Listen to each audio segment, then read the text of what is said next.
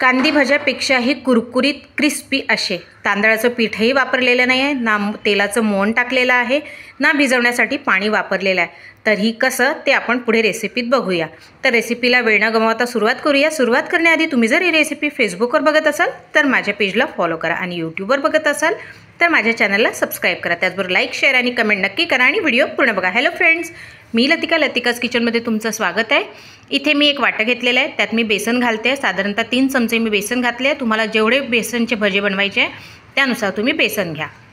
यात मी अर्धा चमचा हळद टाकलेली आहे, 1 चमचा लाल तिखट पावडर टाकलेला आहे। तुम्ही याच्याऐवजी मिरचीचा ठेचा किंवा मिरचीची पेस्टसुद्धा टाकू शकता। त्यानंतर अर्धा चमचा मी गरम मसाला घातलेला आहे आणि आपल्या टेस्ट अकॉर्डिंग मीठ घातलेला आहे। तुम्ही जसं कमी जास्त खाता त्यानुसार तुम्ही घालू शकता। तर इथे मी 1 चमचा मीठ घातलेला आहे। आता इथे ओवा घेतलेला आहे। ओवाला हातावरती असं रगडून घ्यायचं, म्हणजे याचा जो फ्लेवर असतो तो खूप छान असा फ्लेवर येतो। तर रगडून घातलेला आहे। आता याला थोडंसं मिक्स करून घ्यायचं हातानेच, म्हणजे सगळे जे सुके आपले पदार्थ आहेत ते एकत्र होणार। बघा अशा प्रकारे। आता मी यात घालते आहे पालक। पालकची मी 1 जोडी घेतली होती, अगदी मीडियम साईजची होती, जास्त नव्हती।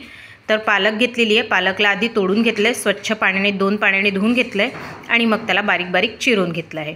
आणि आता यात मी पूर्ण पालक मिक्स करते आहे आणि बिना पाण्याने मी पूर्ण मिक्स करून घेते आहे। बघा असंच, कारण की आपण जी पालक धुतली त्याचं पण पाणी आहे आणि पालकला आपण जसजसं चोळत जातो त्या बेसनात तसं त्याला पाणी सुटतं, म्हणून आपल्याला पाणी घालायची यात गरज नसते। आणि हे बिना पाण्याचे जे भजे आपण तळतो तर ते खूप जास्त क्रिस्पी आणि कुरकुरीत असे लागतात। तर याला छान भिजवून घेते आहे मी मस्त असं। थोडं बेसन तुम्हाला कमी जास्त वाटलं तर थोडं तुम्ही घालू पण शकता। तर आता हे झालेलं आहे रेडी। इकडे मी गॅसवर तेल पण तापायला ठेवलेलं आहे सोबत, म्हणजे सगळं काही व्यवस्थित पटापट झटपट असं होतं। तर इकडे तेल तापलेलं आहे। आता मी कुरकुरीत भजे छान तळून घेते आहे। तर याला आता टाकून घ्यायचे, थोडे पाण्याचा हात घेऊन टाकलं तरी लवकर सुटतात हातातनं। तर असे टाकून घ्यायचे। माझ्या चॅनलवर वेगवेगळ्या रेसिपीज आहेत, नक्की माझ्या चॅनलवर व्हिजिट करा आणि तुम्हाला कुठली रेसिपी आवडली ते मला नक्की कमेंट बॉक्समध्ये लिहून पाठवा।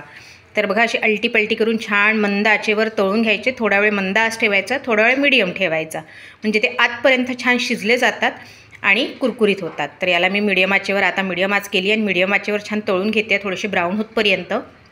बघा आता याला काढून घेते आहे।